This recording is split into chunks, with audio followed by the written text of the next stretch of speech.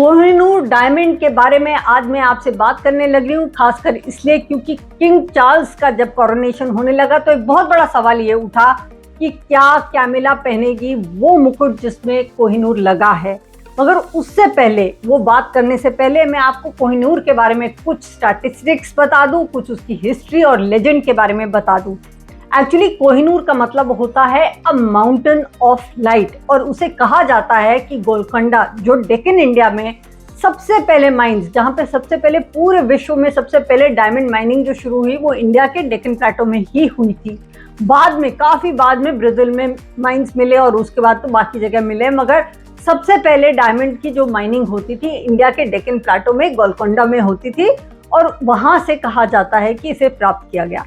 वो तो मगर बात जो मैं आपको कह रही हूँ वो 13th सेंचुरी की है। उससे पहले इसके जो लेजेंड हैं और भी हैं, इनके मेंशन जो कोहिनूर के हैं शायद और पहले भी हैं, मगर सबसे पहले कि ये क्या है, कितना इसका साइज है। ये 103 कैरेट का डायमंड है। उससे पहले कहा जाता है कि इसे कट करने से पहले एक्चुअली ये 700 कैरेट से भी ज़्यादा वैल्यू का डायमंड था, और ये ओवल शेप्ड है।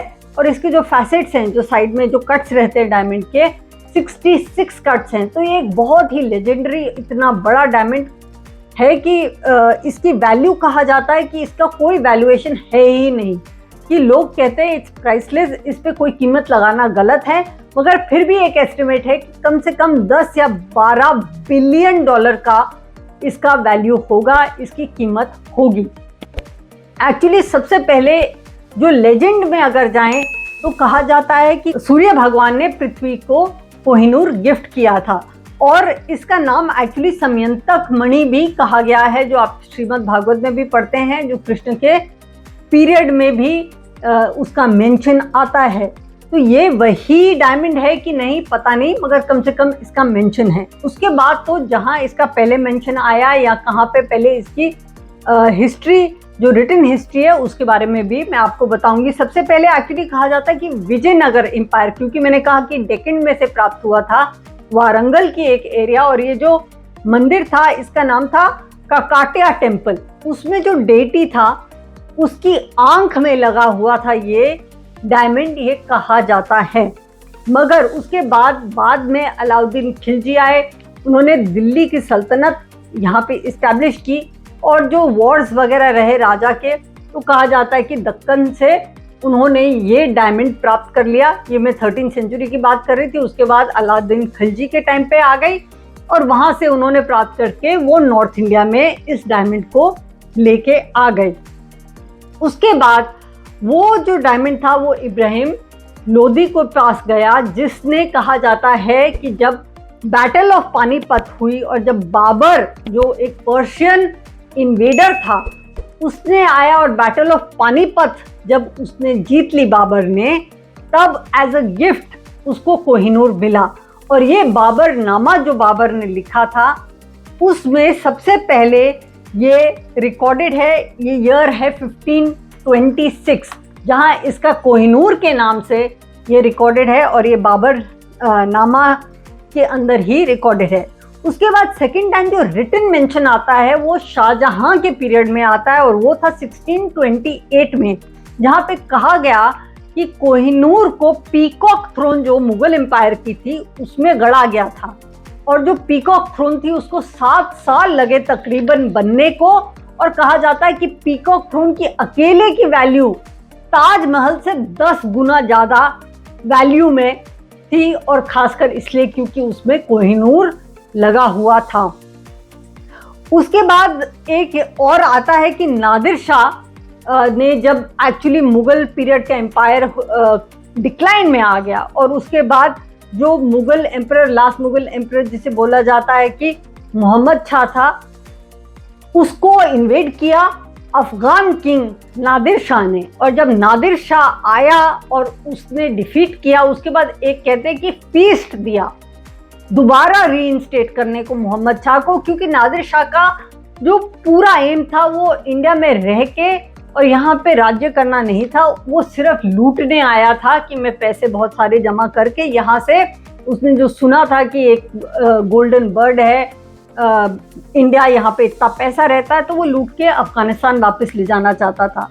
उसने ट्रिक करके मुगल एम्परर से ये डायमंड ले लिया और कहा जाता है कि वो वापस अफगानिस्तान जा रहा था, मगर उससे पहले कि वो उस डायमंड को वहाँ पे इस्टेब्लिश करता अपने क्राउन में या अपने पास रखता, उससे पहले ही उसकी मृत्यु होगी, बिकॉज ही वॉज असैसिनेटेड, मतलब उसकी हत्या हो गई, नॉर्मल मृत्यु नहीं थी। उसके बाद अफगानिस्तान के पास ये रहा और शाह दुरानी ने इसको वापस सिख एम्परर, जो सिख एम्पायर उस समय बना, राजा रंजीत सिंह का, उनको दिया। राजा रंजीत सिंह ने अपने मृत्यु के समय जो विल लिखी, उसमें लिखा कि ये जो कोहिनूर है इसको जगन्नाथ मंदिर जो उड़ीसा में है वहाँ पे दे दिया जाना चाहिए, क्योंकि राजा रंजीत सिंह की काफ़ी जगन्नाथ मंदिर के प्रति उनकी अच्छी भावना थी। और उसके अलावा कहा जाता है कि राजा रंजीत सिंह जब उनकी मृत्यु भी हुई तो उन्होंने गीता को रखा था और ये कोहिनूर वो चाहते थे कि जगन्नाथ मंदिर को एक उनकी तरफ से अर्पित किया जाए। मगर वो किया जाने से पहले ही उनके बेटे, जब राजा रंजीत सिंह की मृत्यु हो गई तो उनके बेटे दिलीप सिंह, जो सिर्फ 11 साल के थे उस समय, वो एक्सीड किए, मगर वो अभी माइनर थे, उनको अभी इतनी अच्छे से समझ नहीं थी दिलीप सिंह को। तो उनको, जो उस समय के गवर्नर थे डलहौजी, लॉर्ड डलहौजी, उन्होंने ट्रिक किया और 11 साल की उम्र में, ये था 1849 में, दिलीप सिंह से कोहिनूर लेके इसको इंग्लैंड भिजवा दिया, जहां क्वीन विक्टोरिया ने इसको यूज़ किया। और इसलिए इसका 105 कैरेट हो गया, क्योंकि उन्होंने इस कोहिनूर को काफ़ी हद तक तोड़वा दिया था और उसको एक ब्रोच बना के वो पहनती थी। और एक लेजेंड बाद में हुआ कि सिर्फ महिलाओं को पहनना चाहिए क्योंकि ये कर्स्ड है। तो ये कर्स्ड क्यों? कर्स्ड इसलिए क्योंकि जहाँ जिसने भी इसको पोजेस किया उसको कहते हैं कि कुछ ना कुछ बहुत नुकसान भी हुआ, और फ़ायदा तो पहले हुआ कि वो बहुत बड़ा एक एम्परर बन गया, मगर उसके बाद उसका एकदम रूइन हुआ और तकरीबन हर समय उस आदमी की हत्या भी कर दी गई।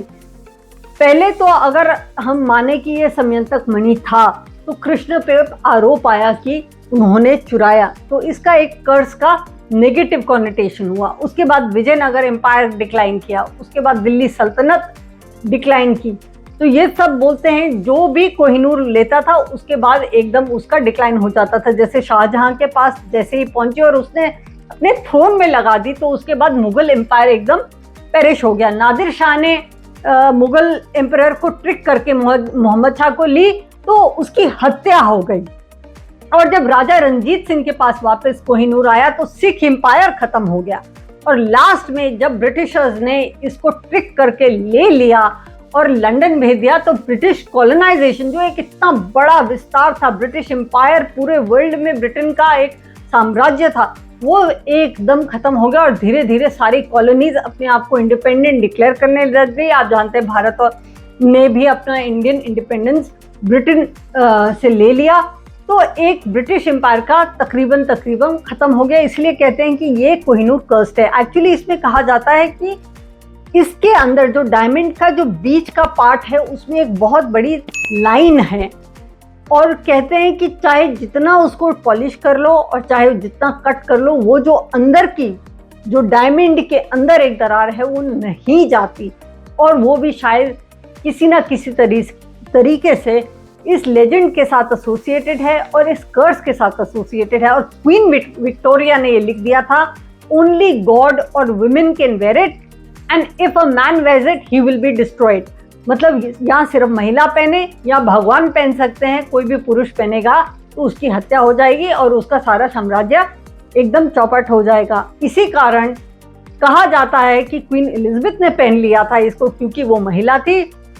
और अब प्रिंस चार्ल्स के कोरोनेशन पे प्रिंस चार्ल्स नहीं पहन के कैमिला को कहा गया था कि अगर वो चाहें तो वो पहन ले क्योंकि वो महिला हैं। मगर अब वापस आते हैं कि क्यों नहीं पहन रही कैमिला। उन्होंने डिक्लेयर किया, एक रॉयल पैलेस की तरफ से स्टेटमेंट आया कि कैमिला कोहिनूर जो जड़ा हुआ है वो वाला मुकुट नहीं पहनेगी और क्वीन मेरी का एक पुराना रीफिटेड क्राउन पहनेंगी। वो इस कारण से क्योंकि एक डिप्लोमेटिक राव इंडिया के साथ छिड़ सकता है, और जैसे ही अगर कैमिला पहन ले इस क्राउन को तो इंडिया एकदम ओवरड्राइव में जाएगा कि ये हमारा डायमंड है और हमें वापस दिया जाना चाहिए। तो ये दो कंट्रीज के बीच में एक टेंशन का इशू हो जाएगा, जिस कारण से वो कोहिनूर नहीं पहन रही। मगर आपको ये सारे जो मैंने आपको फैक्ट्स बताए दिलचस्प लगे होंगे। तो ये है कोहिनूर का legend and the curse of Kohinoor, जिसकी वजह से इतने सारे एम्पायर्स बिखर गए।